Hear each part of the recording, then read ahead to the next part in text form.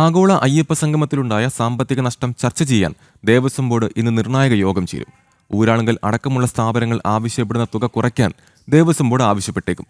സ്പോൺസർമാരിൽ നിന്നുള്ള പണം എത്രയും വേഗം നേടിയെടുക്കാനുള്ള നീക്കങ്ങളും യോഗത്തിൽ ചർച്ച ചെയ്തേക്കും.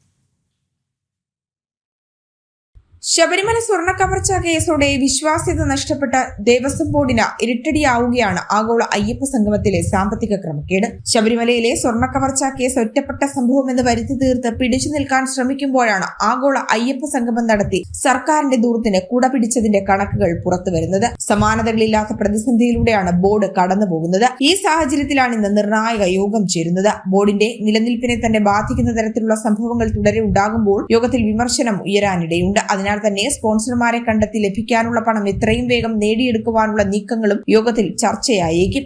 എന്നാൽ പണം നൽകാമെന്ന് വാഗ്ദാനം നൽകിയ സ്പോൺസർമാരിൽ ചിലർ പിന്മാറിയത് വെല്ലുവിളി ഉയർത്തുന്നുണ്ട്. അതിനാൽ തന്നെ ഊരാളുങ്കൽ അടക്കമുള്ള സ്ഥാപനങ്ങളുടെ തുക കുറയ്ക്കുവാനും ബോർഡ് ആവശ്യപ്പെട്ടേക്കും. എന്നാൽ സംഗമത്തിനായി എത്ര കോടികൾ നൽകി എന്നത് കൃത്യമായി വിശദീകരിക്കാൻ ബോർഡ് ഇതുവരെ തയ്യാറായിട്ടില്ല.